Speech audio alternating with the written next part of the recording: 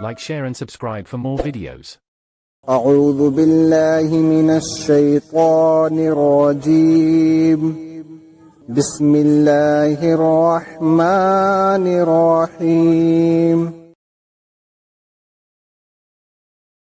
یہاں سے اس دعوت کا دوسرا مرحلہ شروع ہوتا ہے، اور اس مرحلے میں اسلام کی اس تحریک اور پرانی جاہلیت کے درمیان ایک سخت جاگسر کشمکش برپا ہوئی، جس کا سلسلہ 8-9 سال تک چلتا رہا۔ نہ صرف مکے میں، نہ صرف قبیلہ قریش میں، بلکہ عرب کے بیشتر حصوں میں بھی جو لوگ پرانی جاہلیت کو برقرار رکھنا چاہتے تھے، وہ اس تحریک کو بزور مٹا دینے پر تل گئے۔ انہوں نے اسے دبانے کے لیے سارے حربے استعمال کر ڈالے، جھوٹا پروپیگنڈا کیا، الزامات اور شبہات اور اعتراضات کی بوچھاڑ کی، عوام الناس کے دلوں میں طرح طرح کی وسوسہ اندازیاں کی، ناواقف لوگوں کو نبی صلی اللہ علیہ وسلم کی بات سننے سے روکنے کی کوششیں کی، اسلام قبول کرنے والوں پر نہایت وحشیانہ ظلم و ستم ڈھائے، ان کا معاشی اور معاشرتی مقاطع کیا، اور ان کو اتنا تنگ کیا کہ ان میں سے بہت سے لوگ 2 دفعہ اپنے گھر چھوڑ کر حبش کی طرف ہجرت کرنے پر مجبور ہوئے، اور بالآخر تیسری مرتبہ ان سب کو مدینے کی طرف ہجرت کرنی پڑی۔ لیکن اس شدید اور روز افزوں مزاحمت کے باوجود یہ تحریک پھیلتی چلی گئی۔ مکے میں کوئی خاندان اور کوئی گھر ایسا نہ رہا جس کے کسی نہ کسی فرد نے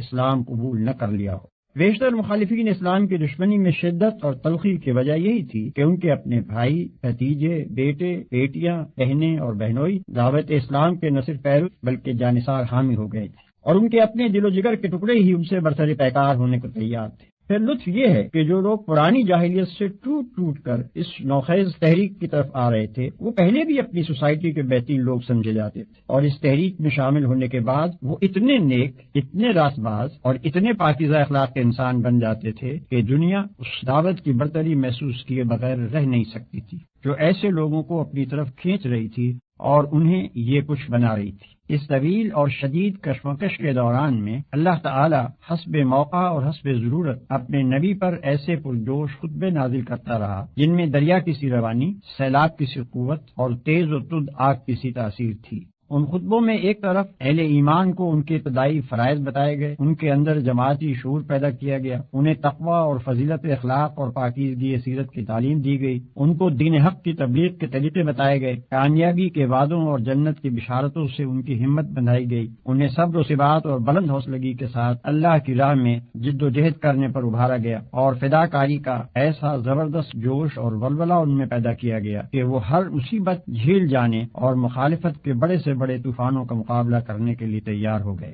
دوسری طرف مخالفین اور راہ راست سے منہ موڑنے والوں اور غفلت کی نیند سونے والوں کو ان قوموں کے انجام سے ڈرایا گیا جن کی تاریخ سے وہ خود واقف تھے، ان تباہ شدہ بستیوں کے آثار سے عبرت دلائی گئی جن کے کھنڈروں پر سے شب و روز اپنے سفروں میں ان کا گزر ہوتا تھا۔ توحید اور آخرت کی دلیلیں ان کھلی کھلی نشانیوں سے دی گئیں جو رات دن زمین اور آسمان میں ان کی آنکھوں کے سامنے نمایاں تھی، اور جن کو وہ خود اپنی زندگی میں بھی ہر وقت دیکھتے اور محسوس کرتے تھے۔ شرک اور دعوی خود مختاری اور انکار آخرت اور تقلید آبائی کی غلطیاں ایسے بین دلائل سے وعدے کی گئیں جو دل کو لگنے اور دماغ میں اتر جانے والے تھے۔ پھر ان کے ایک ایک شبے کو رفع کیا گیا، ایک ایک اعتراض کا معقول جواب دیا گیا، ایک ایک الجھن جس میں وہ خود پڑے ہوئے تھے یا دوسروں کو الجھانے کی کوشش کرتے تھے صاف کی گئی، اور ہر طرف سے گھیر کر جاہلیت کو ایسا تنگ پکڑا گیا کہ عقل و خرد کی دنیا میں اس کے لیے ٹھہرنے کی کوئی جگہ باقی نہ رہی۔ اس کے ساتھ پھر ان کو خدا کے غضب اور قیامت کی ہولناکیوں اور جہنم کے عذاب کا خوف دلایا گیا۔ ان کے برے اخلاق اور غلط طرز زندگی اور جاہلانہ رسوم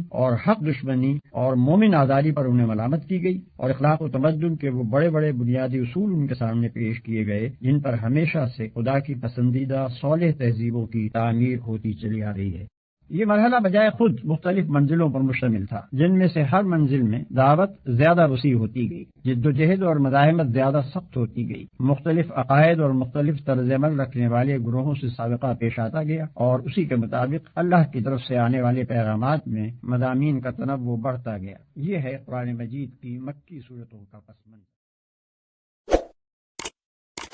Like, share and subscribe for more videos.